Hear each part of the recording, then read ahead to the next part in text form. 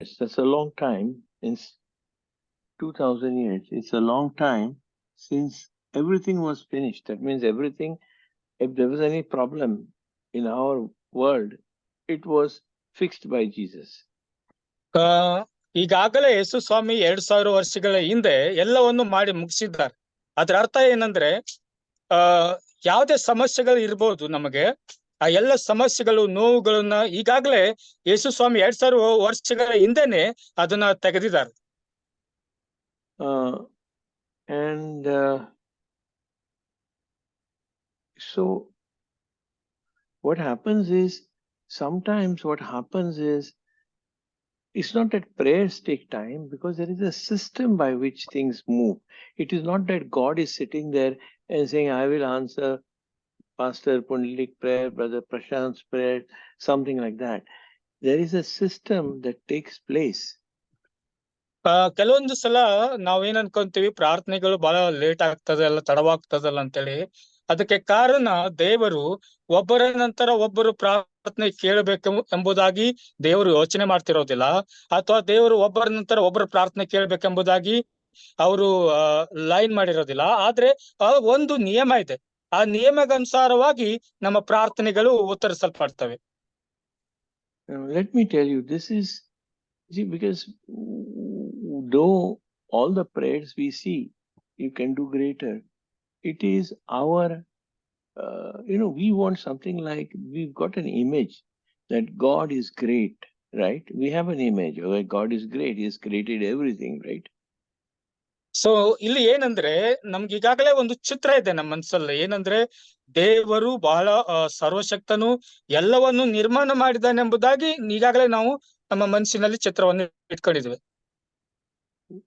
And it's true that there is nothing that was created that was not created by Him. ಅದು ಸತ್ಯ ಕೂಡ, ದೇವರಿಂದ ಉಂಟಾಗದೆ ಇರೋದು ಒಂದು ಕೂಡ ಉಂಟಾಗ್ಲಿಲ್ಲ. ದೇವರು ಈಗಾಗಲೇ ಎಲ್ಲವನ್ನು ಉಂಟು ಮಾಡಿದ್ದಾರೆ already. He even created Lucifer, who later became Satan. ಅದು ಅಲ್ಲದೆ ಲೂಸಿಫರ್ ಅನ್ನೋ ವ್ಯಕ್ತಿಯನ್ನು ಕೂಡ ದೇವರು ಸೃಷ್ಟಿ ಮಾಡಿದ್ರು, ಅದೇ ವ್ಯಕ್ತಿ ಮುಂದೆ ಬಂದು ಸೈತಾನ್ ಎಂಬುದಾಗಿ ಆಗ್ತಾನೆ. So He has created, but He has created a system. He has created a system which He finished in the 6 days, and He said in the 7th day that it was good. That means it's perfect. The meaning of the word good is not good and bad, but He says there is no need for anything else in this system. ಅದು ಅಲ್ಲದೆ ದೇವರು ಎಲ್ಲವನ್ನ ನಿಯಮಗನುಸಾರವಾಗಿ 6 ದಿನಗಳ ಕಾಲ ಸೃಷ್ಟಿ ಮಾಡಿದ ಮೇಲೆ 7ನೇ ದಿನದಲ್ಲಿ ದೇವರು ಅದನ್ನ ಒಳ್ಳೆಯದು ಎಂಬುದಾಗಿ ಎನಿಸಿ ಅದನ್ನ ಆಶೀರ್ವಾದ ಮಾಡ್ತಾರೆ. It's like, but He gave the key to Adam. ಆದ್ರೆ ದೇವರು ಏನ್ ಮಾಡ್ತಾರೆ, ಆ ಒಂದು ಕೀಯನ್ನ ಆದಾಮನಿಗೆ ಕೊಡ್ತಾರೆ. So listen, Adam had everything. There was no other woman also to tempt him of adultery. There was everything that he wanted. Okay, you might say already given to him, right? ಆದಾಮನಿಗೆ ಬೇಕಾದದ್ದು ಎಲ್ಲವನ್ನು ಕೂಡ ದೇವರು ಒದಗಿಸಿಕೊಟ್ಟಿದ್ದರು. ಅದು ಅಲ್ಲದೆ ಒಬ್ಬ ಸ್ತ್ರೀಯನ್ನು ಕೂಡ ದೇವರು ಆತನಿಗೆ ಒದಗಿಸಿಕೊಟ್ಟಿದ್ದರು. ಅಪೂರ್ಣವಾದದ್ದು ಅಥವಾ ಕೊರತೆ ಆದದ್ದು ಆದಾಮನಿಗೆ ಯಾವ್ದು ಇರ್ಲಿಲ್ಲ.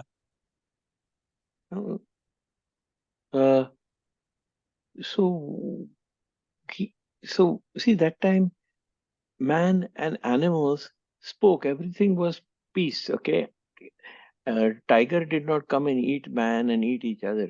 They were all actually eating from the fruits of the tree. ಅಲ್ಲಿ ಪ್ರತಿಯೊ ಜೀವಿಗಳು ಒಟ್ಟಾಗಿ ಜೀವಿಸ್ತಾ ಇತ್ತು. ಇದು ಯಾವುದೇ ಕ್ರೂರವಾದ ಪ್ರಾಣಿಗಳು ಕೂಡ ಬಂದು ಬೇರೆ ಬೇರೆ ಜೀವಿಗಳನ್ನ ತಿಂತಾ ಇರ್ಲಿಲ್ಲ. ಆದ್ರೆ ಅವೆಲ್ಲವೂ ಕೂಡ ಒಗ್ಗಟ್ಟಾಗಿ ಶಾಂತಿಯಿಂದ ಜೀವಿಸ್ತಾ ಇದ್ದು ಒಂದು ದೇವರು ಉಂಟು ಮಾಡಿದ ಹಣ್ಣುಗಳನ್ನೇ ಅವು ತಿಂತಾ ಇದ್ದು.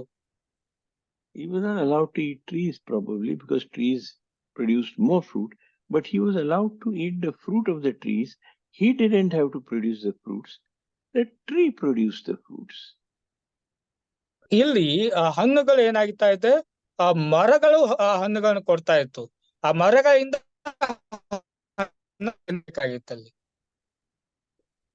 There was a tree in the middle of the garden. ಆ ಒಂದು ಬೇರೆ ಬೇರೆ ಹಣ್ಣುಗಳ ಮರಗಳ ಮಧ್ಯದಲ್ಲಿ ಒಂದು ಹಣ್ಣಿನ ಮರ ಅಲ್ಲಿ ಇತ್ತು.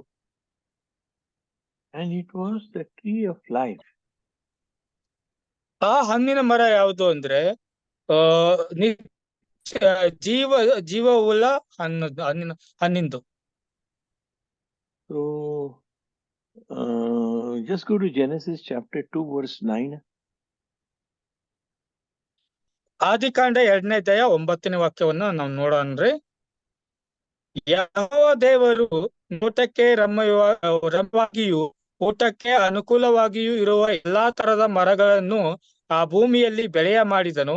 ಅದಲ್ಲದೆ ಆ ವನ ಮಧ್ಯದಲ್ಲಿ ಜೀವದಾಯಕ ವೃಕ್ಷವನ್ನು ಒಳ್ಳೆದರ ಕೆಟ್ಟದರ ಅರವನ್ನು ಹುಟ್ಟಿಸುವ ವೃಕ್ಷವನ್ನು ಬೆಳೆಸಿದನು. Okay, he says the riksha of Jeev. Where did he put the riksha of Jeev according to your Bible? It is in middle of the trees, sir. Correct. Midst of the trees. And yes, sir. Yeah. The riksha of life he put in the middle, so man can eat of it and live forever. ಇಲ್ಲಿ ದೇವರು ಆ ಜೀವವುಳ್ಳ ವೃಕ್ಷವನ್ನ ಎಲ್ಲ ಹಣ್ಣಿನ ಮರಗಳ ಮಧ್ಯದಲ್ಲಿ ಇಡಲ್ಪಟ್ರು. ಯಾಕೆ ಅಂದ್ರೆ ಮನುಷ್ಯ ಆ ಹಣ್ಣನ್ನು ಕೂಡ ತಿಂದು ನಿತ್ಯ ಜೀವವನ್ನು ಹೊಂದಬೇಕೆಂಬುದಾಗಿ. See, at least my Bible says the riksha of knowledge was there, but it doesn't say where. ಅಲ್ಲಿ ಒಂದು ಸರೋವರ ಸತ್ಯವೇದ ಹೇಳುವ ಪ್ರಕಾರ ಅಲ್ಲಿ ಒಳ್ಳೆದರ ಕೆಟ್ಟದರ ಅರವನ್ನು ಹುಟ್ಟಿಸುವ ಮರವೂ ಕೂಡ ಇತ್ತು, ಆದ್ರೆ ಅದು ಸರಳವಾಗಿ ಕಾಣಿಸುವ ಹಾಗೆ ಇರ್ಲಿಲ್ಲ ಅದು. I'm just saying, I don't know, maybe it was put very big forest there in the middle of some forest, but it was put there. ಆ ಒಂದು ಮರ ಎಲ್ಲ ಮರಗಳ ಮಧ್ಯದಲ್ಲಿ ಇತ್ತು. So on one side in the middle, right in the middle, so man can see it, man can eat from it and live forever, was the tree of life. ಆದ್ರೆ ನಿತ್ಯ ಜೀವದ ಹಣ್ಣಿನ ಮರ ಹೆಂಗಿತ್ತಂದ್ರೆ ಸ್ಪಷ್ಟವಾಗಿ ಆ ಒಂದು ಮನುಷ್ಯನಿಗೆ ಆದಾಮನಿಗೆ ಕಾಣುವ ಹಾಗೆ ದೇವರು ಅದನ್ನ ಇಡಲ್ಪಟ್ಟಿದ್ದಾರೆ. ಯಾಕಂದ್ರೆ ಅದನ್ನ ತಿಂದು ಆ ಒಂದು ಜೀವಿಸಬೇಕೆಂಬುದಾಗಿ. But somewhere else, maybe far, maybe hidden, was another tree. ಇನ್ನೊಂದು ಮರ ಇತ್ತಲ್ಲಿ, ಒಂದು ಅದು ಸ್ವಲ್ಪ ದೂರ ಅಥವಾ ಬೇರೆ ಕಡೆ ಆ ಒಂದು ಮರ ಇದ್ದಿರಬಹುದು. Now, it was not tree of death. See, you got tree of life, right? What is opposite? Death, no? So what should God have done? Here is tree of life. I mean, this is how people think the story is. Here is a tree of life and here is a tree of death. That is not correct. ಆದ್ರೆ ದೇವರು ಈ ರೀತಿಯಾಗಿ ಉಂಟು ಮಾಡಿರ್ಲಿಲ್ಲ. ಇಲ್ಲಿ ಒಂದು ಜೀವಕರ ವೃಕ್ಷವನ್ನ ಅದರ ಪಕ್ಕದಲ್ಲೇ ಒಂದು ಮರಣದ ವೃಕ್ಷವನ್ನ ಉಂಟು ಮಾಡಿರ್ಲಿಲ್ಲ. ಆ ತರ ಅಲ್ಲ. The other tree was a tree of knowledge. ಆ ಮರ ಯಾವುದು ಅಂದ್ರೆ ಒಂದು ಒಳ್ಳೆದರ ಕೆಟ್ಟದರ ಅರಿವನ್ನು ಹುಟ್ಟಿಸುವಂತ ಒಂದು ಮರ. So you tell me, is knowledge evil?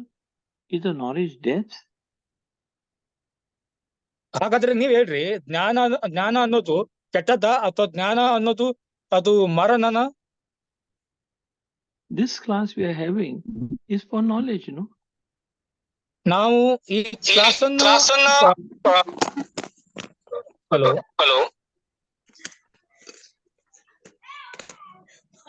Mute ಮಾಡಿ.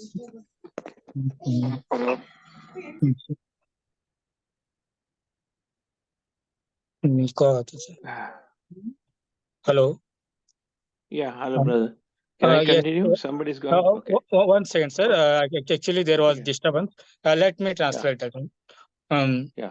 ಏನಂದ್ರೆ ಈ ಒಂದು ತರಗತಿಯನ್ನು ತೆಗೆದುಕೊಳ್ಳೋದು ಕೂಡ ನಾವು ಜ್ಞಾನವನ್ನ ಹೊಂದೋದಕ್ಕೋಸ್ಕರ. So please understand, there was a tree of life and there was a tree of knowledge. ದಯಮಾಡಿ ಅರ್ಥ ಮಾಡ್ಕೊಳ್ರಿ, ಅಲ್ಲಿ ನಿತ್ಯ ಜೀವದ ಒಂದು ಮರ ಇದೆ, ಹಾಗೆ ಒಂದು ಜ್ಞಾನವನ್ನು ಹುಟ್ಟಿಸುವಂತ ಮರ ಕೂಡ ಇದೆ. The second tree was supposed to give man knowledge.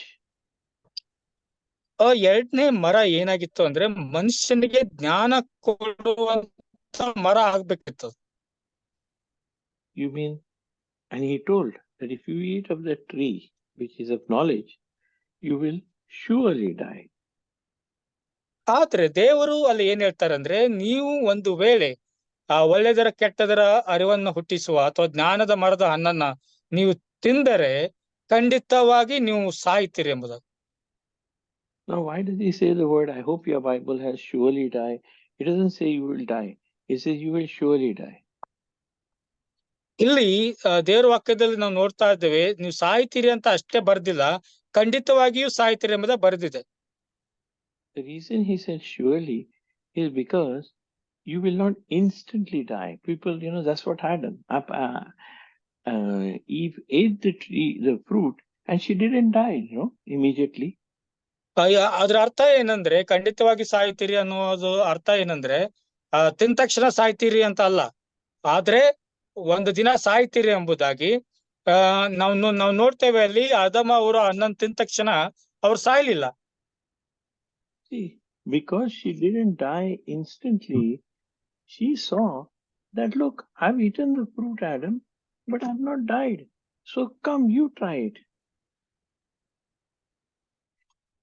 ಇಲ್ಲಿ ಅವಳು ಹೇಳ್ತಾಳೆ, ಅವಳು ತಿಂದ ತಕ್ಷಣ ಸಾಯ್ಲಿಲ್ಲ, ಅವಳು ತಾನು ತಿಂದು ಸಾಯ್ದೇ ಇರೋದನ್ನ ನೋಡಿ ಆದಮನಿಗೂ ಕೂಡ ಅನ್ನ ಕೊಡ್ತಾಳೆ, ನಾನು ಹೆಂಗೋ ಸಾಯ್ಲಿಲ್ಲ, ನೀನು ಕೂಡ ತಿನ್ನು ಎಂಬುದಾಗಿ. And Adam saw that what the Bible says it is good for eating means you can eat and it's still good. It makes you feel good. Your stomach is full, so nothing happens. ಇಲ್ಲಿ ನಾವು ನೋಡ್ತೇವೆ, ನಾವು ಹಣ್ಣನ್ನ ತಿನ್ಬಹುದು, ಎಲ್ಲ ಆಹಾರವನ್ನು ತಿನ್ನೋದಕ್ಕೋಸ್ಕರ, ಆದ್ರೆ so that's why Adam did not die. He died immediately. He died after 970 or 930 years. I forget how much. ಆದಾಮನು ಆ ಹಣ್ಣನ್ನ ತಿಂದ ತಕ್ಷಣ ಸಾಯ್ಲಿಲ್ಲ, ಸುಮಾರು 900 ವರ್ಷಗಳವರೆಗೂ ಬದುಕಿ ಆಮೇಲೆ ಸತ್ತು ಎಂಬುದಾಗಿ ನಾವು ದೇವರ ವಾಕ್ಯದಲ್ಲಿ ನೋಡ್ತೇವೆ. So please see the scenario. I'm going to give this picture of the beginning. Here is a tree. God has given one thing in the beginning and even now until the end. He is he always gives us choice because he's a gentleman. ದೇವರು ನಮ್ಗೆ ಯಾವಾಗಲೂ ಒಂದು ಆರಿಸಿಕೊಳ್ಳೋಕೆಯನ್ನ ನಮಗೆ ಕೊಡ್ತಾ ಇದ್ದಾರೆ. ಇಲ್ಲಿ ನಮಗೆ ಬಲವಂತ ಮಾಡ್ತಾ ಇಲ್ಲ, ಅವರು ನಮಗೆ ಒಂದು ಆರಿಸ್ಕೊಳ್ಳಕ್ಕೆ ನಮಗೆ ಸ್ವಾತಂತ್ರ್ಯವನ್ನ ಕೊಟ್ಟಿದ್ದಾರೆ. ಯಾಕಂದ್ರೆ ದೇವರು ಬಹಳ ಉತ್ತಮನಾದ ದೇವರಾಗಿದ್ದಾನೆ.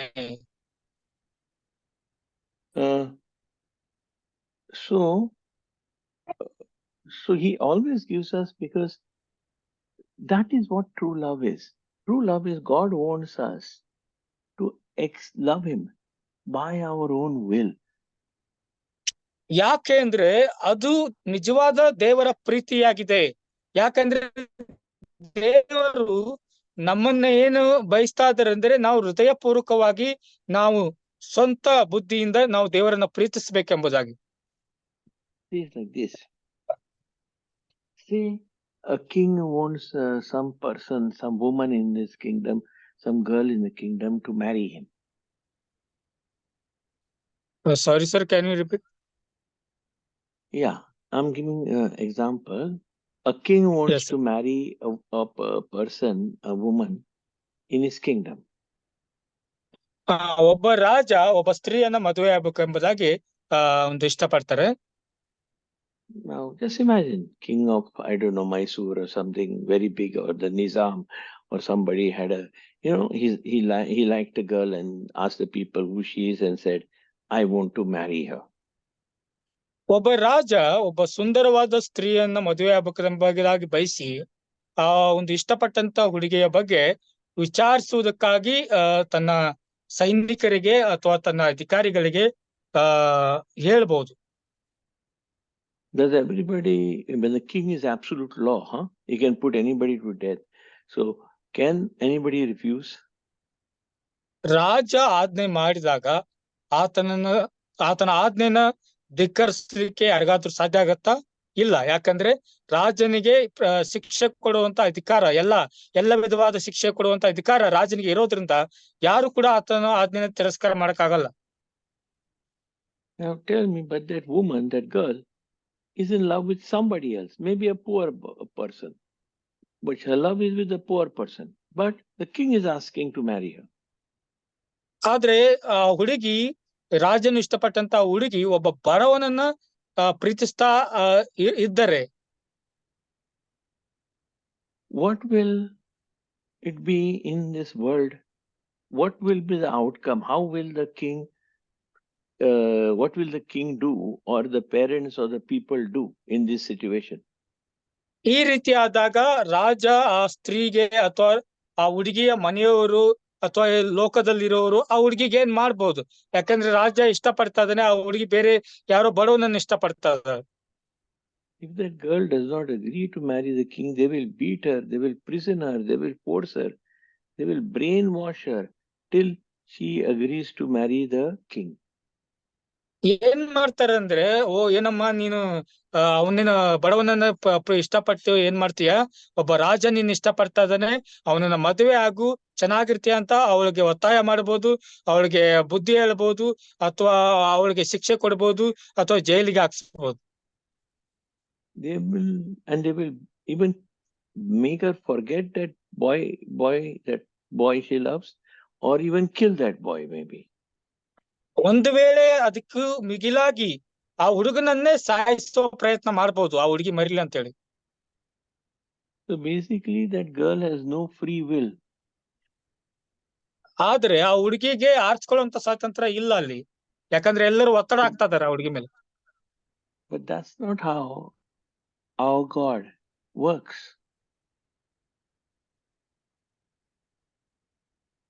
ಆ ರೀತಿಯಾಗಿ ದೇವರು, ಎಸ್ ಸರ್, ಆ ರೀತಿಯಾಗಿ ದೇವರು ನಮ್ಗೆ ಇಲ್ಲಿ ಒತ್ತಡ ಆಗ್ತಾ ಇಲ್ಲ ಆ ರಾಜನ ತರ. Because when you love somebody, because God loves, say the king really loves that girl, he doesn't want to force himself upon her if she doesn't want him. ಇಲ್ಲಿ ರಾಜ ಆ ಹುಡುಗಿನ ಪ್ರೀತಿಸ್ತಾ ಇದ್ರು ಕೂಡ ಎಷ್ಟೋ ಹೆಚ್ಚಾಗಿ ಪ್ರೀತಿಸ್ತಾ ಇರಬಹುದು, ಆದ್ರೆ ಆ ಹುಡುಗಿಯ ತಿರುಗಿ ರಾಜನನ್ನ ಪ್ರೀತಿಸ್ಲಿಲ್ಲ ಅಂದ್ರೆ ಆತನು ಒತ್ತಾಯ ಮಾಡಕ್ಕೆ ಆಗೋದಿಲ್ಲ, ಒತ್ತಾಯ ಮಾಡಕ್ಕೆ ಇಷ್ಟಪಡುತ್ತಾ ಇಲ್ಲ ಆ ರಾಜ. So God, the king would give that girl a choice to marry him, and if she doesn't want to marry him, he will say, okay, then don't marry me because you don't love me. ಇಲ್ಲಿ ರಾಜ ಆ ಒಂದು ಸ್ತ್ರೀಗೆ ಒಂದು ಆರಿಸ್ಕೊಳ್ಳುವಿಕೆಯನ್ನ ಕೊಡ್ತಾ ಇದಾರೆ, ಸ್ವಾತಂತ್ರ್ಯವನ್ನು ಕೊಡ್ತಾ ಇದಾರೆ. ನೋಡಮ್ಮ, ನನ್ ಮೇಲೆ ನಿನ್ಗೆ ಮದ್ವೆ ಆಗಕ್ಕೆ ಇಷ್ಟ ಆದ್ರೆ ಮದ್ವೆ ಆಗು, ಇಲ್ಲ ಅಂದ್ರೆ ನೀನ್ ಯಾರನ್ನ ಇಷ್ಟಪಟ್ಟಿದ್ಯೋ ಅವ್ರನ್ನೇ ಮದ್ವೆ ಆಗು, ಇದ್ರಲ್ಲಿ ಯಾವುದೇ ಕೂಡ ಬಲವಂತ ಇಲ್ಲ ಎಂಬುದಾಗಿ ರಾಜ ಹೇಳ್ತಾನೆ. The reason for his action like that is because he's a person who gives the other a free choice. ಇಲ್ಲಿ ಏನಂದ್ರೆ ಒಂದು ಸ್ವಾತಂತ್ರ್ಯ, ಆರಿಸ್ಕೊಳ್ಳೋಕೆ ಸ್ವಾತಂತ್ರ್ಯ ಇದೆ ಪ್ರತಿಯೊಬ್ಬರಿಗೂ. It is because he is a gentleman. ಯಾಕಂದ್ರೆ ಆತನು ಒಬ್ಬ ಪ್ರಾಮಾಣಿಕವಾದಂತ ಒಬ್ಬ ಒಳ್ಳೆ ವ್ಯಕ್ತಿ, ನೀತಿವಂತ ವ್ಯಕ್ತಿ ಆಗಿದ್ದ. But more so, because when the king wants that woman, he doesn't want her for the body, he wants her love back. ಇಲ್ಲಿ ಅರಸನಿಗೆ ಆ ಸ್ತ್ರೀಯ ದೇಹ ಬೇಕಾಗಿರ್ಲಿಲ್ಲ, ಆದ್ರೆ ಆಕೆಯ ಪ್ರೀತಿ ಬೇಕಾಗಿತ್ತು. And therefore he wants that woman to love him back, and in that way, when both of them love each other, is how he wants to marry that woman. ರಾಜನು ಈ ರೀತಿಯಾಗಿ ತಾನು ಯಾವ ರೀತಿ ಪ್ರೀತಿಸ್ತಾ ಇದ್ದಾನೋ, ಆ ಸ್ತ್ರೀ ಕೂಡ ಒಂದು ಸ್ವತಂತ್ರಳಾಗಿ ತನ್ನ ಒಂದು ಪರಿಪೂರ್ಣವಾಗಿ ತನ್ನನ್ನ ಹಿಂತಿರುಗಿ ಪ್ರೀತಿಸಬೇಕು, ಈ ರೀತಿ ಒಬ್ಬರನ್ನೊಬ್ಬರು ಪರಸ್ಪರ ಪ್ರೀತಿಯಿಂದ ಮದುವೆ ಆಗಬೇಕೆಂಬುದಾಗಿ ಯೋಚನೆ ಮಾಡಿದ ರಾಜ. But the most important thing to note is that he loves her, and if somebody loves somebody, you must not force yourself, you must see if the other person really loves you back. If that other person is not loving you but loves somebody, then you have to let her go because you love her. You will not force her. ಇಲ್ಲಿ ಏನಾಗಿದೆ ಅಂದ್ರೆ ನಾವು ಈ ಲೋಕದಲ್ಲಿ ಯಾರೋ ಯಾರನ್ನೋ ಪ್ರೀತಿ ಮಾಡ್ತಾ ಇರಬಹುದು, ಆದ್ರೆ ಅವ್ರಿಗೆ ಇನ್ಯಾರ ಮೇಲೆ ಅವ್ರಿಗೆ ಪ್ರೀತಿ ಇರಬಹುದು. ಹಂಗಂತೇಳಿ ನಮ್ಮನ್ನೇ ಪ್ರೀತಿಸಂತ ನಾವು ಬಲವಂತ ಮಾಡಕ್ ಆಗೋದಿಲ್ಲ. ಅವ್ರು ಯಾರನ್ನ ಪ್ರೀತಿಸ್ತಾ ಇದಾರೋ ಅವ್ರಿಗೆ ಆ ಒಂದು ಆರಿಸ್ಕೊಳ್ಳೋಕೆನ ಅವಕಾಶವನ್ನ ನಾವು ಕೊಡ್ಬೇಕಾಗ್ತದೆ. So what God wants to do by that love is have a relationship with that person. ಇಲ್ಲಿ ಅದೇ ಪ್ರಕಾರ ದೇವರು ಈ ರೀತಿ ಒಳ್ಳೆಯ ರಾಜನ ಯಾವ ರೀತಿ ಒಂದು ಪ್ರೀತಿಯನ್ನ ನಿರೀಕ್ಷೆ ಮಾಡಿದನು, ಅದೇ ಪ್ರಕಾರ ದೇವರು ಇವತ್ತು ನಮ್ಮಿಂದ ಆ ಒಂದು ನಿರೀಕ್ಷೆಯನ್ನ, ಆ ಪ್ರತಿಕ್ರಿಯೆಯನ್ನ, ಆ ಪ್ರೀತಿಯನ್ನ ನಿರೀಕ್ಷೆ ಮಾಡ್ತಾ ಇದ್ದಾರೆ. See, that's how I'm telling you, that's how is our God. The Bible refers to him as our husband. So ಇಲ್ಲಿ ದೇವರ ವಾಕ್ಯ ನಮ್ಗೆ ಹೇಳ್ತಾ ಇದೆ, ಯೇಸು ಕ್ರಿಸ್ತನು ನಮಗೆ ವರ ಎಂಬುದಾಗಿ, ನಾವು ಕನ್ಯೆಯರು ಎಂಬುದಾಗಿ ದೇವರ ವಾಕ್ಯ ನಮಗೆ ಹೇಳೋದನ್ನ ನಾವು ನೋಡ್ತೇವೆ. Not just Jesus Christ, brother, but even if you look at the Old Testament, you will always see how God is referred to as a husband. ಇಲ್ಲಿ ಹೊಸ ಒಡಂಬಡಿಕೆಯಲ್ಲಿ ಮಾತ್ರ ಅಲ್ಲ, ಹಳೆ ಒಡಂಬಡಿಕೆಯಲ್ಲಿ ಕೂಡ ದೇವರು ಪತಿಯಾಗಿದ್ದಾರೆ ಎಂಬುದಾಗಿ ಬರೆಯಲ್ಪಟ್ಟಿದೆ. Time and again is referred to as our husband. I will and now going forward, I'm just trying to now it's been some time. Let me see if I can give you, if I teach you, that's a big subject of how God always refers to us as his husband. So ಇಲ್ಲಿ sir ಅವರು ನಮ್ಗೆ ಯೋಚನೆ ಮಾಡ್ತಾರೆ ವಿಷಯದಲ್ಲಿ, ಯಾವ ರೀತಿಯಾಗಿ ದೇವರು ನಮ್ಮ ಒಂದು ಯಜಮಾನನು ಅಥವಾ ಪತಿ ಎಂಬುದಾಗಿ ಸತ್ಯವೇದದಲ್ಲಿ ಬರೆಯಲ್ಪಟ್ಟಿದ್ದನ್ನ ಅವರು ನಮಗೆ ಇವತ್ತು ತಿಳಿಸ್ತಾ ಇದ್ದಾರೆ.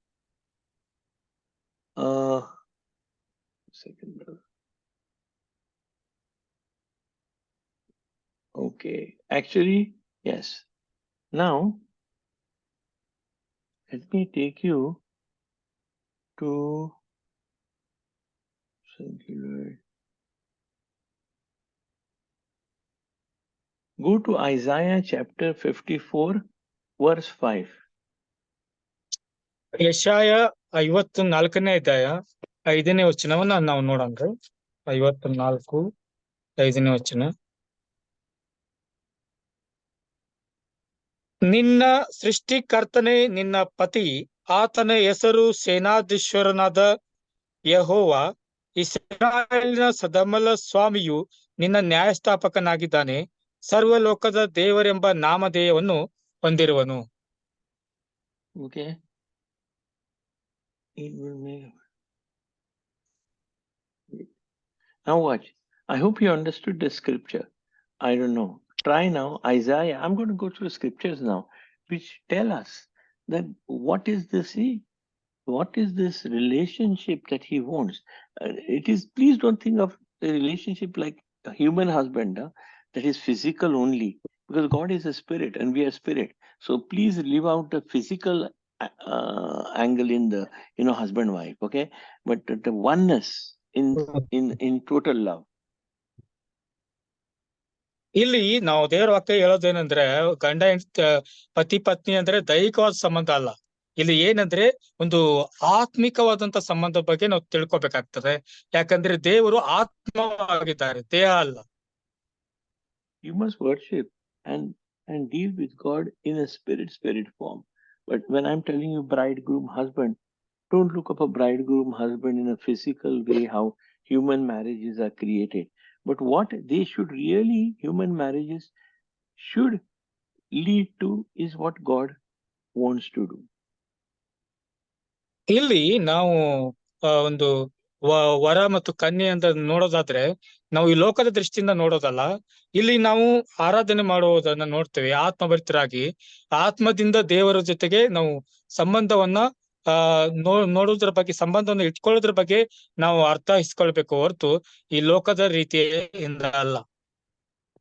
You see, everything God has created is a reflection of Himself only. All the relationships He has created with us is a reflection. ದೇವರು ಎಲ್ಲ ಸಂಬಂಧಗಳನ್ನ ತನ್ನ ಪ್ರತಿರೂಪವಾಗಿ ಸೃಷ್ಟಿ ಮಾಡಿದ್ದಾರೆ. Now, for example,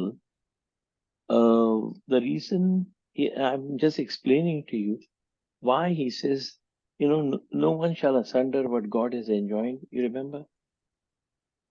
ಸೊ ನಾವು ಇಲ್ಲಿ ದೇವರು ಪ್ರೀತಿಯನ್ನ ಇಲ್ಲಿ ನಮಗೆ ಏನ್ ಮಾಡ್ತಾ ಇದ್ದಾರೆ, ತಾನು ಈ ಲೋಕಕ್ಕೆ ಇಳಿದು ಬರೋದ್ರ ಮೂಲಕವಾಗಿ ನಮಗೆ ತೋರಿಸ್ತಾ ಇದ್ದಾರೆ.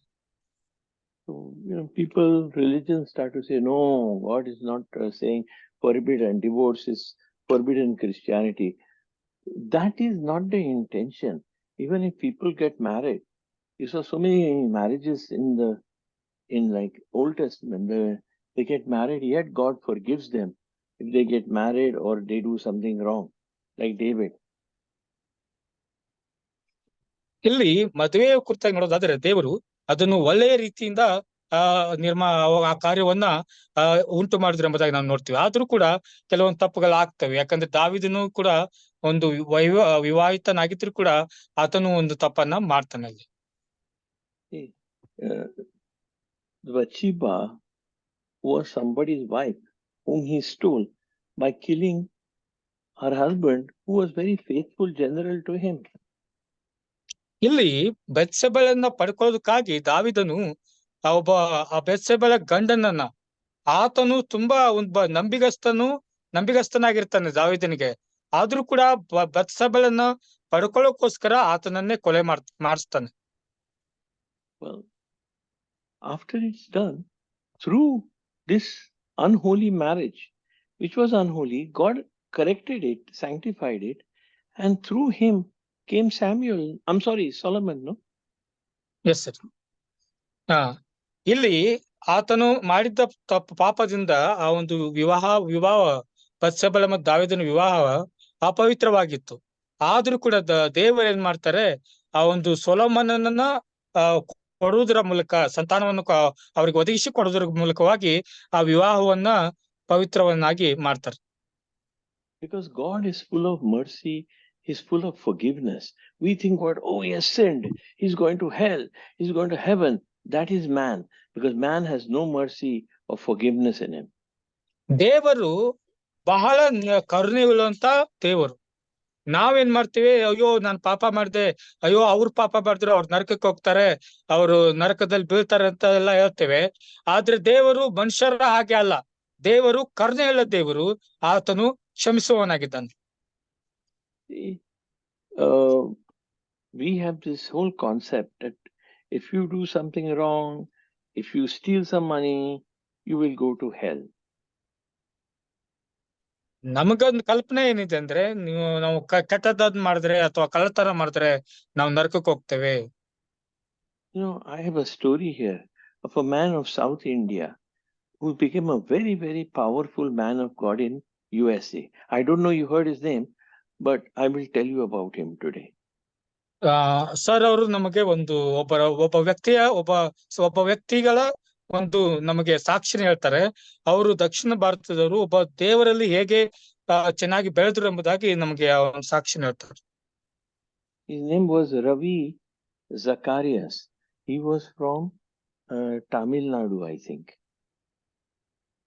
ಇಲ್ಲಿ ಸಹೋದರ ರವಿ ಜಕಾರಿ ಎಂಬುದಾಗಿ ಅವರು ತಮಿಳುನಾಡದವರಾಗಿದ್ದರು. He did amazing things for the kingdom. Means so many people came to the Lord because of him.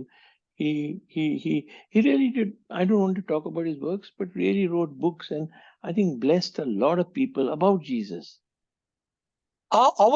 ಅವರ ಮೂಲಕ ಅನೇಕ ಜನ ರಕ್ಷಣೆ ಹೊಂದಿದ್ರು, ಅನೇಕ ದೊಡ್ಡ ಸೇವೆಗಳನ್ನ ಮಾಡಿದ್ರು, ಅನೇಕ ಜನ ಅವ್ರ ಮೂಲಕವಾಗಿ ದೇವರ ಬಳಿಗೆ ಬಂದ್ರು. About just 2 years ago or so, maybe, he died of cancer. ಆದ್ರೆ ಕೇವಲ 2 ವರ್ಷಗಳ ಹಿಂದೆ ಇರಬಹುದು, ಅವರು ಕ್ಯಾನ್ಸರ್ ಇಂದ ಮರಣ ಹೊಂದಿದರು. Now, after he died, somebody noticed some complaints that he was having adultery with some women, one woman, two women, I don't know how many. He had adultery side relationships. ಅವ್ರು ಮರಣ ಹೊಂದಿದ ಮೇಲೆ ಜನ ಕೆಲವೊಂದು ವಿಷಯ ಮಾತಾಡ್ಕೊಳ್ತಾ ಇದ್ರು. ಅದೇನಂದ್ರೆ ಅವರು ಸೇವಕರು ಕೆಲವೊಬ್ಬ ಒಂದು 2 ಇರ್ಬೋದು, ಒಂದಿಬ್ರು ಸ್ತ್ರೀಯರ ಜೊತೆ ಒಂದು ವ್ಯಭಿಚಾರ ಸಂಬಂಧವನ್ನ ಇಟ್ಕೊಂಡಿದ್ರು ಎಂಬುದಾಗಿ ಮಾತಾಡ್ತಾ ಇದ್ರು. So they hired some lawyer. The ministry, it's a very big ministry, to clean up the name. They hired 2 lawyers who were supposed to interview these women, and find out their complaint. ಈ ಒಂದು ವ್ಯಾಜ್ಯಗಳನ್ನ ಇದನ್ನ ಮಾಡೋದಕ್ಕಾಗಿ, maintain ಮಾಡೋದಕ್ಕಾಗಿ, ಯಾರಿಗೂ ಗೊತ್ತಿಲ್ದಿರಂಗೆ ಅಂತೇಳಿ ಅವರು ಇಬ್ಬರು ವಕೀಲರನ್ನ ನೇಮಿಸ್ಕೊಂಡಿದ್ರು. And the lawyers, I don't know if they're Christian or just going to church or how forgiving they are. They said, no, he is guilty. He has abused church money. He has kept women even in Bangkok and all India, and also forced his own people to have relationship. ಆದ್ರೆ ಅವ್ರು ಹೇಳ್ತಾರೆ, ಅವ್ರು ಕ್ರೈಸ್ತರು ಅಲ್ವೋ ಗೊತ್ತಿಲ್ಲ, ಆದ್ರೆ ಅವ್ರು ಹೇಳ್ತಾರೆ, ಅವರು ಏನ್ ಹೇಳ್ತಾರೆ ಅಂದ್ರೆ, ಇಲ್ಲ, ಈ ಹಣವನ್ನು, ಸಭೆಯ ಹಣವನ್ನು ದುರುಪಯೋಗ ಮಾಡ್ಕೊಳ್ಳೋದು, ವ್ಯಭಿಚಾರ ಸಂಬಂಧಗಳನ್ನು ಮಾಡೋದು, ಇದು ಕೆಟ್ಟದ್ದೆಂಬುದಾಗಿ ಅವ್ರು ಹೇಳಿದ್ರು. His wife and his children, daughter, I know, they were totally one with him. Okay, I don't know what is the position they said he didn't do, or it's wrong, or those. They were defending him, I think, his wife and his family. That means they were together with Ravi. ಆದ್ರೆ ಬಹಳ ವಿಚಿತ್ರ ಅಂದ್ರೆ, ಅವರು ಹೆಂಡತಿ, ಅವ್ರ ಮಕ್ಕಳು ಅವ್ರಿಗೆ ಪ್ರೋತ್ಸಾಹ ಮಾಡ್ತಾ ಇದ್ರು, ಅವ್ರಿಗೆ ಖಂಡಿಸ್ಲಿಲ್ಲ ಏನು. Then they really tried to blacklist him, and he's got so many books, and just amazing books, huh? Really good books, okay? Really in love of Jesus. ಅವರು ಅದು ಮಾತ್ರ ಅಲ್ಲದೆ ಅನೇಕ ಒಳ್ಳೆ ಪುಸ್ತಕಗಳನ್ನು ಕೂಡ ಬರೆದ್ರು. ದೇವರ ಪ್ರೀತಿಯ ಬಗ್ಗೆ ಒಳ್ಳೆ ಪುಸ್ತಕಗಳು ಮಾರಾಟವಾಯಿತು ಕೂಡ. And then I was like very disturbed because of that, because a man I know who's so sincere. ಈ ವಿಷಯ ಸರ್ ಅವ್ರಿಗೆ ಈ ವಿಷಯ ಬಹಳ ಬೇಸರ ತರಿಸ್ತು. ಯಾಕಂದ್ರೆ ಅನೇಕ ವರ್ಷಗಳಿಂದ ಅವರು ಗೊತ್ತಿದ್ರು ಸರ್ ಅವ್ರಿಗೆ. And then some prominent Christian leaders started having discussion what happened to Ravi Zacharias. ಇಲ್ಲಿ ಅದಾದ ಮೇಲೆ ಕೆಲವು ಕ್ರೈಸ್ತ ಧರ್ಮ ಗುರುಗಳು ಪಾಸ್ಟರ್ ರವಿ ಅವರಿಗೆ ಏನಾಯ್ತು ಎಂಬುದಾಗಿ ಒಂದು ಚರ್ಚೆ ಮಾಡಲು ಪ್ರಾರಂಭ ಮಾಡಿದ್ರು. He has written so many books, and really good books. I'm telling you, I would like to read them. But in my mind and everybody's mind, now there is Ravi, he's a sinner. ಅನೇಕ ಒಳ್ಳೆ ಪುಸ್ತಕಗಳನ್ನ ಬರೆದಿದ್ದಾರೆ ಅವರು. ಆ ಪುಸ್ತಕಗಳು ಹೆಂಗಿತ್ತಂದ್ರೆ, sir ಅವ್ರಿಗೂ ಕೂಡ ಬಹಳ ಇಷ್ಟ ಆ ಬುಕ್ಗಳು ಓದಕ್ಕೆ. ಆದ್ರೆ ಪುಸ್ತಕ ಓದೋದಕ್ಕೆ ಹೋದಾಗ ಅವ್ರಿಗೆ ಮನ್ಸಲ್ಲಿ ಏನ್ ಬರ್ತದೆ ಅಂದ್ರೆ, ರವಿ ಒಬ್ಬ ಪಾಪಿ ಎಂಬುದಾಗಿ. And then these leaders, some of them were already discussing that he will go to hell. ಅನೇಕ ಧಾರ್ಮಿಕ ಗುರುಗಳು ಈಗಾಗಲೇ ಚರ್ಚೆ ಮಾಡ್ತಾ ಇದ್ರು, ಪಾಸ್ಟರ್ ರವಿ ಅವರು ನರಕಕ್ಕೆ ಹೋಗೋದು ಶತಸಿದ್ಧ ಎಂಬುದಾಗಿ. So here is a man who's done many good things, and now he did some adultery or whatever, and now people are discussing how he will go to hell. Forget about all the goodness of his heart, okay? ಆದ್ರೆ ಜನ ಅವರು ಮಾಡಿದಂತ ಒಳ್ಳೆ ಸೇವೆಗಳ ಬಗ್ಗೆ ಯಾರು ಮಾತಾಡ್ಲಿಲ್ಲ. ಆ ಮಾಡಿದಂತ ಒಂದು ಪಾಪಗಳ ಬಗ್ಗೆನೆ, ತಪ್ಪಿನ ಬಗ್ಗೆನೆ ಚರ್ಚೆ ಮಾಡ್ತಾ ಇದ್ರು. ಆ ಒಂದು ಒಳ್ಳೆ ಕೆಲಸಗಳನ್ನೆಲ್ಲ ಮರ್ತು ಬಿಟ್ರು.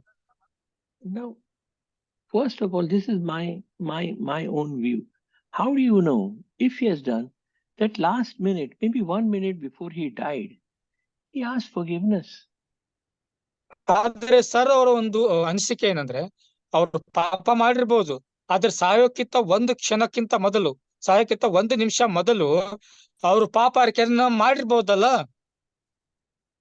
And I have seen so many big cases of murder where a wrong man has been hanged. ಅವರು ಅನೇಕ ದೊಡ್ಡ ಒಂದು ಕೇಸ್ಗಳನ್ನ ಕೇಳಿದ್ದಾರೆ, ನೋಡಿದ್ದಾರೆ. ಏನಂದ್ರೆ ನಿರಪರಾಧಿಯನ್ನ ಶಿಕ್ಷೆಗೆ ಒಳಪಡಿಸೋದ್ರ ಬಗ್ಗೆ. Now Ravi is not there to speak for himself, right? He is not a friend of mine, but he is not there. But what can I see now? I saw that he has done great work. Forget about his ministry now. His great work he has done for the kingdom. ಇಲ್ಲಿ pastor Ravi ಅವರು ಇಲ್ಲ ಅವ್ರ ಬಗ್ಗೆ ಹೇಳ್ಕೊಳಕ್ಕೆ. ಆದ್ರೆ ನಾವು sir ಅವರು ಏನು ನೋಡ್ತಾ ಇದಾರಂದ್ರೆ ಅವ್ರು ಮಾಡಿದಂತ ಒಳ್ಳೆ ಕೆಲಸಗಳನ್ನ ನೋಡ್ತಾ ಇದಾರೆ ಹೊರತು ಬೇರೆ ಏನು ನೋಡಕ್ಕೆ ಅವ್ರು ಇಷ್ಟಪಡ್ತಾ ಇಲ್ಲ. I mean, just now 3 years now, maybe. I also don't feel like buying his book because already a bad impression has been created about him, that is a sinner, he's not a man of God, like that. And he cheated everybody, he cheated in ministry. ಈಗ ಆ ಘಟನೆ ಆಗಿ 3 ವರ್ಷಗಳಾದ್ರೂ ಕೂಡ ಒಂದು ಅನಿಸಿಕೆ, ಒಂದು ಭಾವನೆ ತಲೆಯಲ್ಲಿ ಸರ್ ಅವ್ರಿಗೆ ಬಂದೇ ಬರ್ತದೆ. ಅವರ ಪುಸ್ತಕವನ್ನ ಖರೀದಿ ಮಾಡಕ್ ಹೋಗ್ಬೇಕಂದಾಗ ಏನಂದ್ರೆ ಆ ರವಿ ಒಬ್ಬ ಪಾಪಿ ಎಂಬುದಾಗಿ. And these people are actually judging him that he will go to hell. ಇಲ್ಲಿ ಅನೇಕ ಜನ ಚರ್ಚೆ ಮಾಡ್ತಾ ಇದಾರೆ ಆ ವ್ಯಕ್ತಿ ನರಕಕ್ಕೆ ಹೋಗ್ತಾನೆ ಎಂಬುದಾಗಿ. See, I think I've given you my teaching on heaven and hell, okay? Hell and heaven, I'm not going to teach, but I will just tell you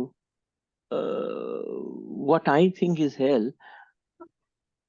I will tell you, because people in Christianity only talk about heaven and hell. That's all they are living for. Sir ಅವ್ರು ಈಗಾಗಲೇ ನಮ್ಗೆ ಸ್ವರ್ಗ ಅಂದ್ರೆ ಏನು, ನರಕ ಅಂದ್ರೆ ಏನು ಈಗಾಗಲೇ ಕ್ಲಾಸ್ಗಳನ್ನ ಹೇಳಿದ್ದಾರೆ, ತರಗತಿಗಳಲ್ಲಿ ನಮ್ಗೆ ತಿಳಿಸಿದ್ದಾರೆ. ಆದ್ರೂ ಕೂಡ ಸ್ವಲ್ಪ ಮತ್ತೆ ಅವ್ರು ನಮಗೆ ನೆನಪಿಸ್ಲಿಕ್ಕೆ ಹೋಗ್ತಾರೆ ಈ ವಿಷಯದಲ್ಲಿ. ಯಾಕಂದ್ರೆ ಕ್ರೈಸ್ತರು ನರಕ. Yes sir. Yes. Look at Pastor Punlik. He also has a word for Swarga and Nark. Where did he get it from? He got it from India, from some Hindu religion. They use the word Swarg and Nark. So that also, Swarg and Nark, exists in other religions. ಇಲ್ಲಿ ನಾವು ನೋಡೋದಾದ್ರೆ ಸ್ವರ್ಗ ನರಕ ಅನ್ನೋ ಪದ ನಾವೆಲ್ಲರೂ ಕೂಡ ಕೇಳಿರ್ತೇವೆ. ಈ ಒಂದು ಸ್ವರ್ಗ ನರಕ ಅನ್ನೋ ಪದ ಎಲ್ಲ ಧರ್ಮಗಳು ಕೂಡ ಉಪಯೋಗಿಸಲ್ಪಡೋದನ್ನು ನೋಡ್ತೇವೆ ನಾವು. It is not something the Christians are trying to say. Brand new Bible is telling you, you will go into the hell fires of hell. That is not, something that is Jesus only said. It is something that Hinduism says, Islam says, every religion tells you. What? They tell you, if you do bad, you go to hell, Nark. If you do good, you go to Swarg. ಇಲ್ಲಿ ಸತ್ಯವೇದ ಮಾತ್ರ ಅಲ್ಲ, ಕುರಾನ್ ಆಗಿರ್ಬಹುದು ಮತ್ತೆ ಬೇರೆ ಧರ್ಮ ಗ್ರಂಥಗಳಾಗಿರ್ಬಹುದು ಏನ್ ಹೇಳ್ತಾ ಅಂದ್ರೆ ನೀವು ಒಳ್ಳೆ ಕೆಲಸ ಮಾಡಿದ್ರೆ ಸ್ವರ್ಗಕ್ಕೆ ಹೋಗ್ತೀರಾ, ಪಾಪ ಮಾಡಿದ್ರೆ ನರಕಕ್ಕೆ ಹೋಗ್ತೀರಾ ಎಂಬುದಾಗಿ ಹೇಳ್ತವೆ. So please, that's not a big thing. That when you are going to evangelize, you're going to tell them, if you don't accept Jesus, you'll go to Nark. They will say, who told you? Why are you insulting me? How do you know? Have you been to Swarg and Nark? You tell me. ನಾವು ಒಂದು ವೇಳೆ ಸ್ವಾರ್ಥ ಸಾರ್ಬೇಕಾದ್ರೆ ಈ ರೀತಿ ಹೇಳಿದಾಗ ಏನಾಗ್ತದೆ ಅಂದ್ರೆ, ಯೇಸು ಕ್ರಿಸ್ತರನ್ನ ನೀವು ನಂಬಲಿಲ್ಲ ಅಂದ್ರೆ ನರಕಕ್ಕೆ ಹೋಗ್ತೀರ ಅಂತ ಕೇಳಿದಾಗ ಅವ್ರು ನಮ್ಗೆ ತಿರುಗಿ ಪ್ರಶ್ನೆ ಮಾಡ್ತಾರೆ, ಅಲ್ಲಪ್ಪ ನಾನ್ ನರಕಕ್ಕೆ ಹೋಗ್ತೀನಿ ಅಂತ ನಿನ್ಗೆ ಹೆಂಗ್ ಗೊತ್ತು? ನೀನೇನಾದ್ರೂ ಸ್ವರ್ಗಕ್ಕೆ ಹೋಗಿ ಬಂದಿದ್ಯಾ ಇಲ್ಲ ಅದ್ ನರಕಕ್ಕೆ ಹೋಗಿ ಬಂದಿದ್ಯಾ ಎಂಬುದಾಗಿ ಅವ್ರು ಪ್ರಶ್ನೆ ಮಾಡ್ಬೋದು ಈ ರೀತಿಯಾಗಿ. See, you have a son, okay? And you are teaching him and paying all your money and working, you and your wife, and giving him a very good education. ಅಲ್ಲಿ ಒಬ್ಬ ಮಗ ಇರ್ತಾರೆ, ಅವರ ತಂದೆ ಅವ್ರಿಗೆ ಎಲ್ಲವನ್ನು ಮಾಡಿರ್ತಾರೆ, ಅವ್ರಿಗೆ ವಿದ್ಯಾಭ್ಯಾಸವನ್ನು ಕೊಟ್ಟು ಅವ್ರಿಗೆ ಎಲ್ಲಾ ಮದುವೆ ಮನೆ ಎಲ್ಲ ಮಾಡಿರ್ತಾರೆ.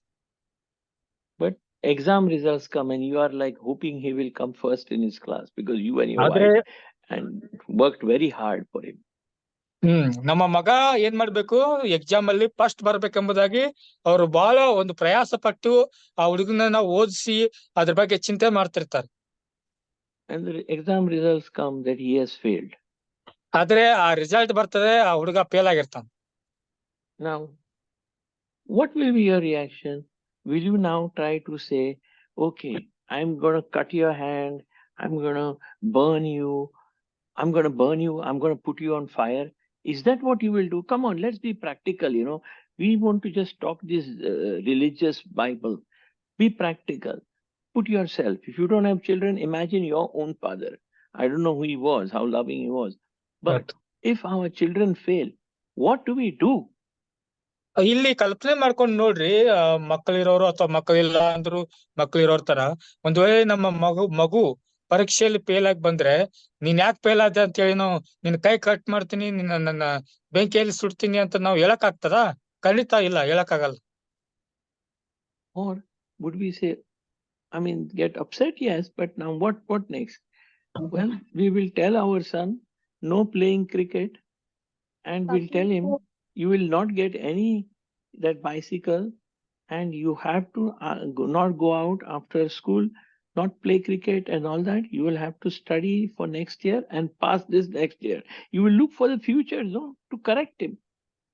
ನಮ್ಗೆ ಬೇಜಾರಾದ್ರೂ ಕೂಡ ನಾವ್ ಆ ರೀತಿಯಾಗಿ ಮಕ್ಕಳಿಗೆ ಶಿಕ್ಷೆ ಕೊಡಕ್ ಹೋಗಲ್ಲ. ಘೋರವಾಗಿ ಏನ್ ಹೇಳ್ತೀವಿ ಅಂದ್ರೆ, ನೀನು ಯಾವಾಗ್ಲೂ ಕ್ರಿಕೆಟ್ ಆಡಕ್ ಹೋಗ್ಬೇಡ, ಆಟ ಆಡಕ್ ಹೋಗ್ಬೇಡ, ನೀನೇನ್ ಮಾಡು, ಚೆನ್ನಾಗ್ ಓದಿ ಮುಂದಿನ ವರ್ಷ ಪಾಸ್ ಆಗು ಎಂಬುದಾಗಿ ನಾವ್ ಹೇಳ್ತೀವಿ. Or would we say you're no good, so we will burn you and kill you and put you in a chamber, a room where there's fire, and every day you're suffering and burning and burning and burning because you have failed. ಆದ್ರೆ ನಾವ್ ಈ ರೀತಿ ಹೇಳಲ್ಲ, ನಿನ್ನನ್ನ ಸಾಯಿಸ್ಬಿಡ್ತೀನಿ, ನಿನ್ನನ್ನ ಬೆಂಕಿ ಹಚ್ಚಿ ನಿಂಗೆ ಚಿತ್ರಹಿಂಸೆ ಕೊಡ್ತೀನಿ, ಯಾಕಂದ್ರೆ ನೀನ್ ಫೇಲ್ ಆಗಿದ್ದೀಯಾ, ಈ ರೀತಿ ನಾವು ಹೇಳಲ್ಲ. See, I think the real reason of hell is separation from God, is death. It is separation from God. ನಿಜವಾದ ನರಕ ಏನಂದ್ರೆ, ದೇವರ ಪ್ರೀತಿಯಿಂದ ಅಥವಾ ದೇವರಿಂದ ದೂರವಾಗುವುದೇ ನರಕ. When Jesus, why did Jesus say, take this cup away from me? Take this cup away means he did not want to go to the cross. Why did he say that again and again?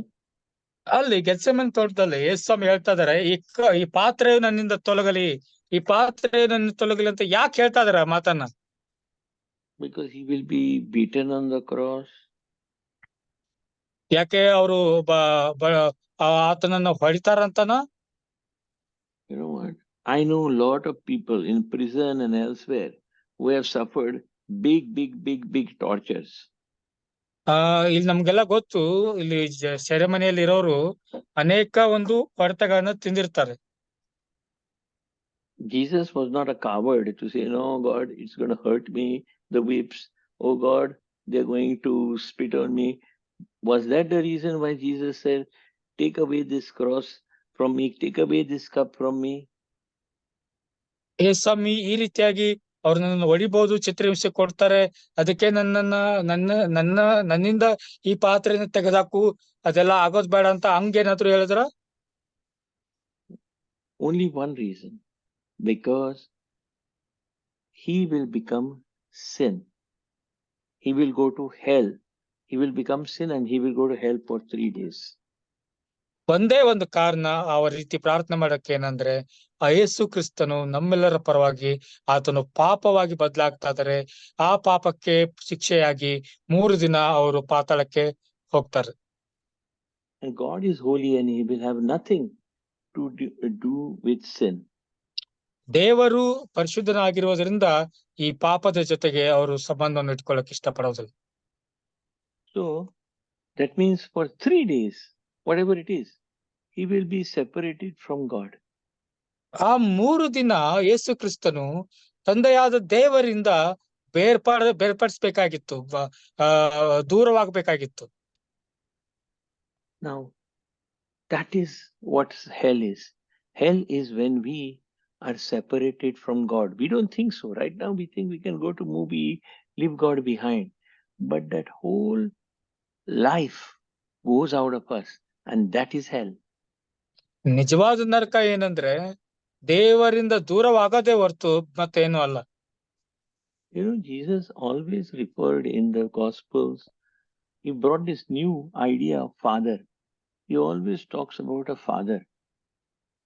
ಸತ್ಯವೇದದಲ್ಲಿ, ಹೊಸ ಒಡಂಬಡಿಕೆಯಲ್ಲಿ, ಸುವಾರ್ತೆಗಳಲ್ಲಿ ಯೇಸು ಸ್ವಾಮಿ ಯಾವಾಗಲೂ ದೇವರನ್ನ ತಂದೆ ಎಂಬುದಾಗಿ ಸಂಬೋಧಿಸ್ತಾ ಇದ್ದದನ್ನು ನಾವು ನೋಡ್ತೇವೆ.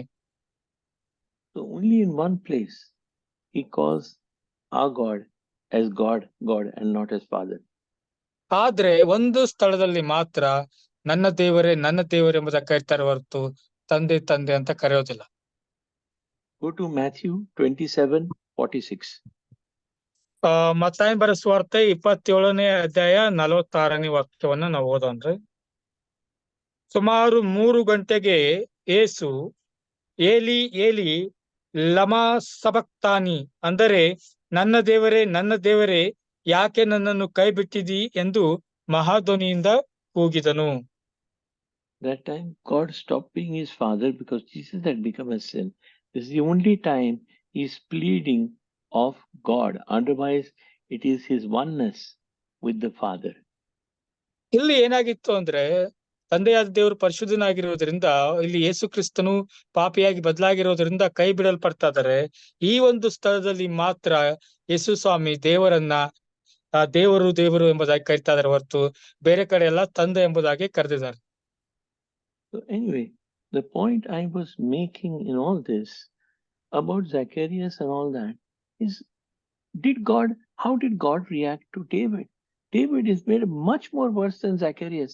But you saw that even David, God forgave him, and he had a son with that same woman, not with another one, who became the successor and who wrote another 3 books in the Bible. ನಾವು ನೋಡ್ತೀವಿ pastor Ravi ಅವರ ಬಗ್ಗೆ. ಹಾಗೆ ಸತ್ಯವೇದಲ್ಲೂ ಕೂಡ ದಾವಿದ ಅವರ ಬಗ್ಗೆ ನಾವು ನೋಡ್ತೀವಿ. ದಾವಿದನು ಬೆತ್ಸೆಬಳ ಕುರಿತಾಗಿ ಪಾಪವನ್ನ ಮಾಡಿದ್ರು ಕೂಡ ದೇವರು ಆತನನ್ನ ಕ್ಷಮಿಸಿ ಆತನಿಗೆ ಅದೇ ಸ್ತ್ರೀಯ ಮೂಲಕ ಸೊಲೊಮೋನನನ್ನ ಒಬ್ಬ ಸಂತಾನವನ್ನ ಅನುಗ್ರಹ ಮಾಡಿದನ್ನ ನಾವು ನೋಡ್ತೇವೆ. So man sits here and judges, becomes God himself, saying he will go to hell, he will go to hell. Who am I to judge anybody? ಆದ್ರೆ ಮನುಷ್ಯರಾದ ನಾವು ಪ್ರತಿಯೊಬ್ಬರಿಗೆ ಹೇಳ್ತೇವೆ, ನೀ ಪಾಪ ಮಾಡಿದೆ ನೀ ನರಕಕ್ಕೆ ಹೋಗ್ತೇವೆ, ನೀ ಪಾಪ ಮಾಡಿದೆ ನರಕಕ್ಕೆ ಹೋಗ್ತೇವೆ. ಆದ್ರೆ ತೀರ್ಮಾನ ಮಾಡಕ್ಕೆ ನಾವ್ ಯಾರು? But the love of God is infinite. That means it's not that 7 times 70 forgives you. That 7 times 70 plus always, as many times as possible, as needed, he will keep forgiving you. ಆದ್ರೆ ದೇವರ ಪ್ರೀತಿಗೆ ಮಿತಿ ಇಲ್ಲ. ಆತನು ಕೇವಲ 70 ಸಲ ಕ್ಷಮಿಸೋದಿಲ್ಲ, ಯಾವಾಗ್ಲೂ ಕ್ಷಮಿಸ್ತಾನೆ ಇರ್ತಾರೆ.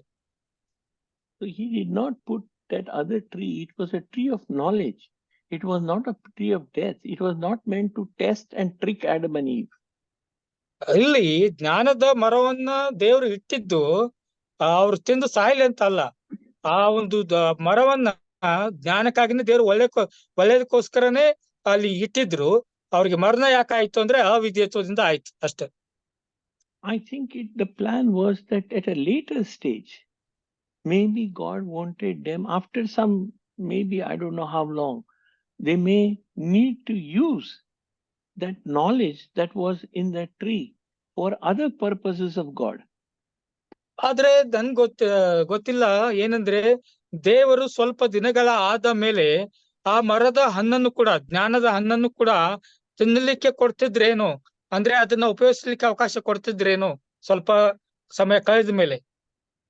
But once they ate of the tree of knowledge of good and evil, then there was no use of man, because now he had died, because he was disconnected with God, and that is death in the Bible.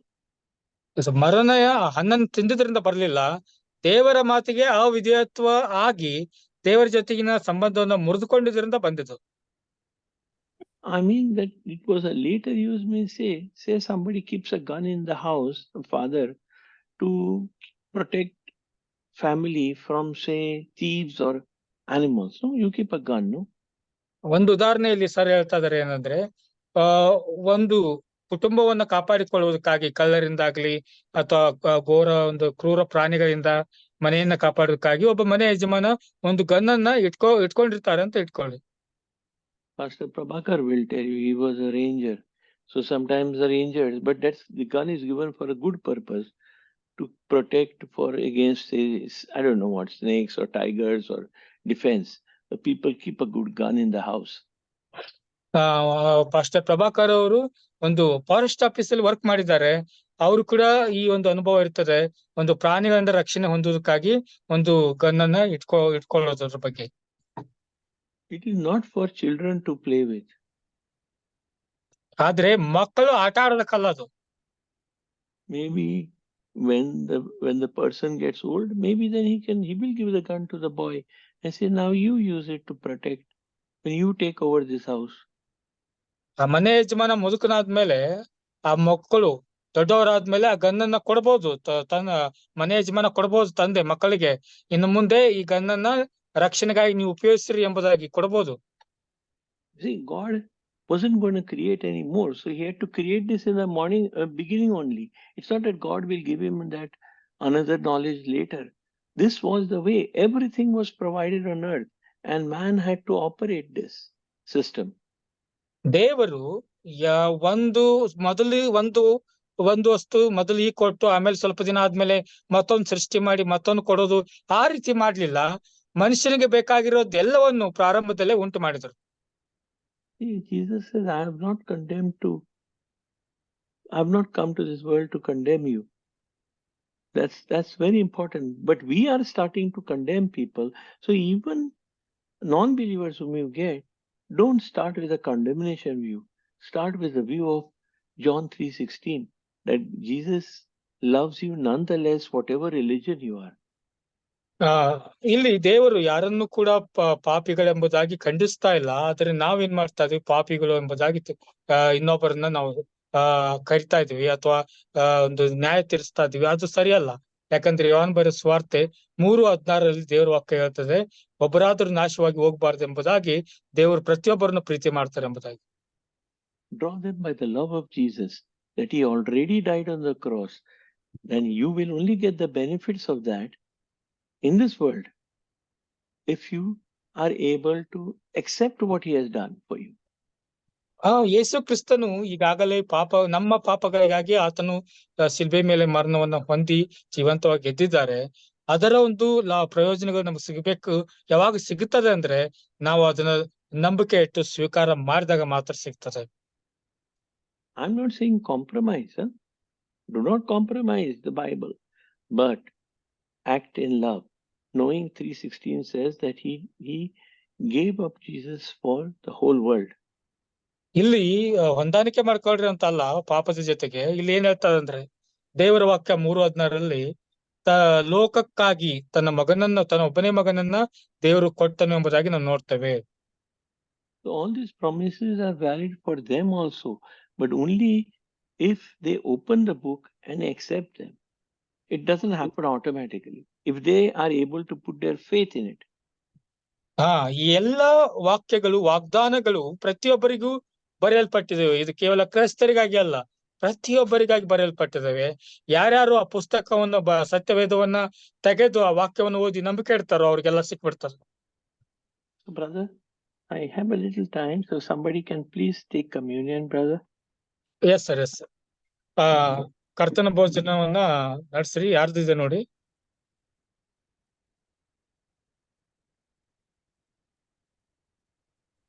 First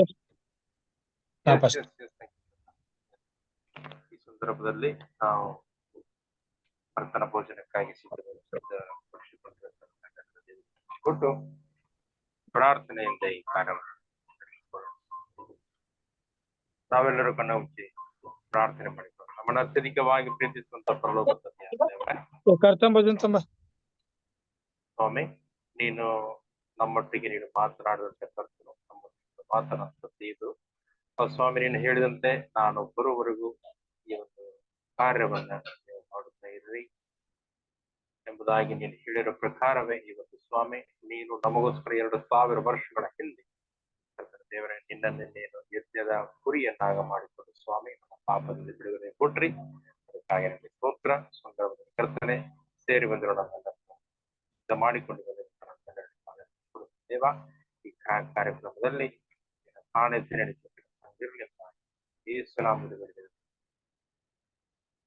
ಈ ಸಂದರ್ಭದಲ್ಲಿ ನಾವು ಒಂದು ವಾಕ್ಯವನ್ನು ಓದಿಕೊಳ್ಳೋಣ.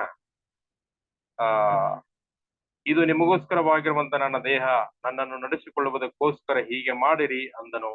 ಊಟವಾದ ಮೇಲೆ ಆತನು ಅದೇ ರೀತಿಯಾಗಿ ಪಾತ್ರೆಯನ್ನು ತೆಗೆದುಕೊಂಡು, ಈ ಪಾತ್ರೆಯು ನನ್ನ ರಕ್ತದಿಂದ ಸ್ಥಾಪಿತವಾಗುವ ಹೊಸ ಒಡಂಬಡಿಕೆಯನ್ನು ಸೂಚಿಸುತ್ತದೆ. ನೀವು ಇದರಲ್ಲಿ ಪಾನ ಮಾಡುವಾಗೆಲ್ಲ ನನ್ನನ್ನು ನೆನೆಸಿಕೊಳ್ಳುವುದಕ್ಕೋಸ್ಕರ ಪಾನ ಮಾಡಿರಿ ಅಂದನು.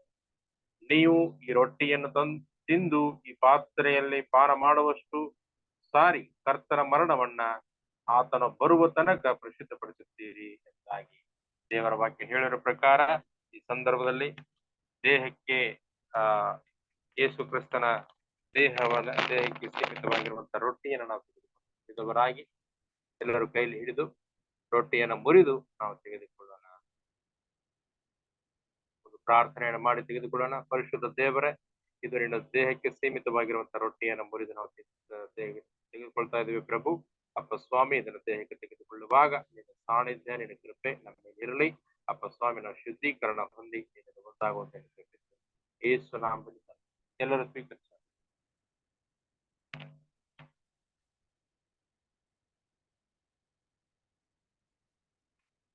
ಎರಡು 1000 ವರ್ಷಗಳ ಹಿಂದೆ ನಮಗೋಸ್ಕರ ಸುರಿಸಲ್ಪಟ್ಟಿರುವಂತಹ ರಕ್ತಕ್ಕೆ ಸೀಮಿತವಾಗಿರುವಂತಹ ದ್ರಾಕ್ಷಾರಸವನ್ನ ಈಗ ನಾವು ತೆಗೆದುಕೊಳ್ಳೋಣ. ಕರ್ತನು ನಮಗೋಸ್ಕರ ಸುರಿಸಲ್ಪಟ್ಟಿರುವಂತಹ ರಕ್ತವನ್ನ, ಕರ್ತನ ಮರಣವನ್ನ ಜ್ಞಾಪಿಸಿಕೊಂಡವರಾಗಿ ನಾವು ತೆಗೆದುಕೊಳ್ಳೋಣ. ಸ್ನೇಹಿತರೆ, ಸಂದರ್ಭದಲ್ಲಿ ಒಂದು ಪ್ರಾರ್ಥನೆ ಮೂಲಕವಾಗಿ ತೆಗೆದುಕೊಳ್ಳೋಣ. ಪರಿಶುದ್ಧ ದೇವರೇ, ಅಪ್ಪ ಸ್ವಾಮಿ, ನಮ್ಮ ಪಾಪಗಳನ್ನು ಶುದ್ಧೀಕರಿಸುವುದಕ್ಕೋಸ್ಕರ ನೀನು ಸ್ವಾಮಿ ಶಿಲುಬೆಯ ಮರಣ ಹೊಂದಿ ನಿನ್ನ ಪರಿಶುದ್ಧವಾದ ರಕ್ತವನ್ನು ಸುರಿಸಿ ಅದೇ ರಕ್ತವನ್ನು ತೊಳೆದು ನಮ್ಮನ್ನು ಶುದ್ಧೀಕರಿಸಿದ್ದಕ್ಕಾಗಿ ನಿಮ್ಮನ್ನು ಕೊಂಡಾಡುತ್ತಾ ಯೇಸು ನಾಮದಲ್ಲಿ ಪ್ರಾರ್ಥಿಸಿ ಈ ರಕ್ತಕ್ಕೆ ಸೀಮಿತವಾಗಿರುವಂತಹ ದ್ರಾಕ್ಷಾರಸವನ್ನು ತೆಗೆದುಕೊಳ್ಳುತ್ತೇವೆ. ಯೇಸು ನಾಮದಲ್ಲಿ ಎಲ್ಲರೂ ತೆಗೆದುಕೊಳ್ಳೋಣ.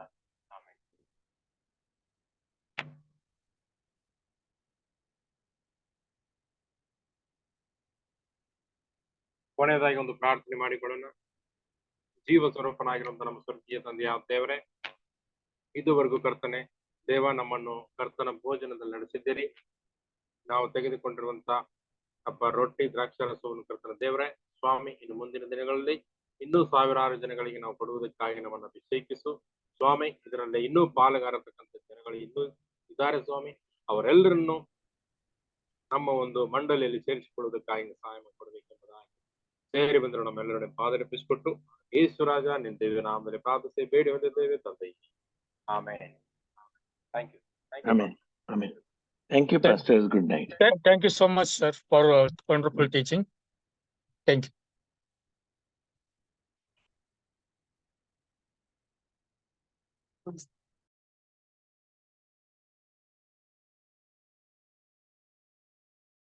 ప్రభాకరయ్య గారు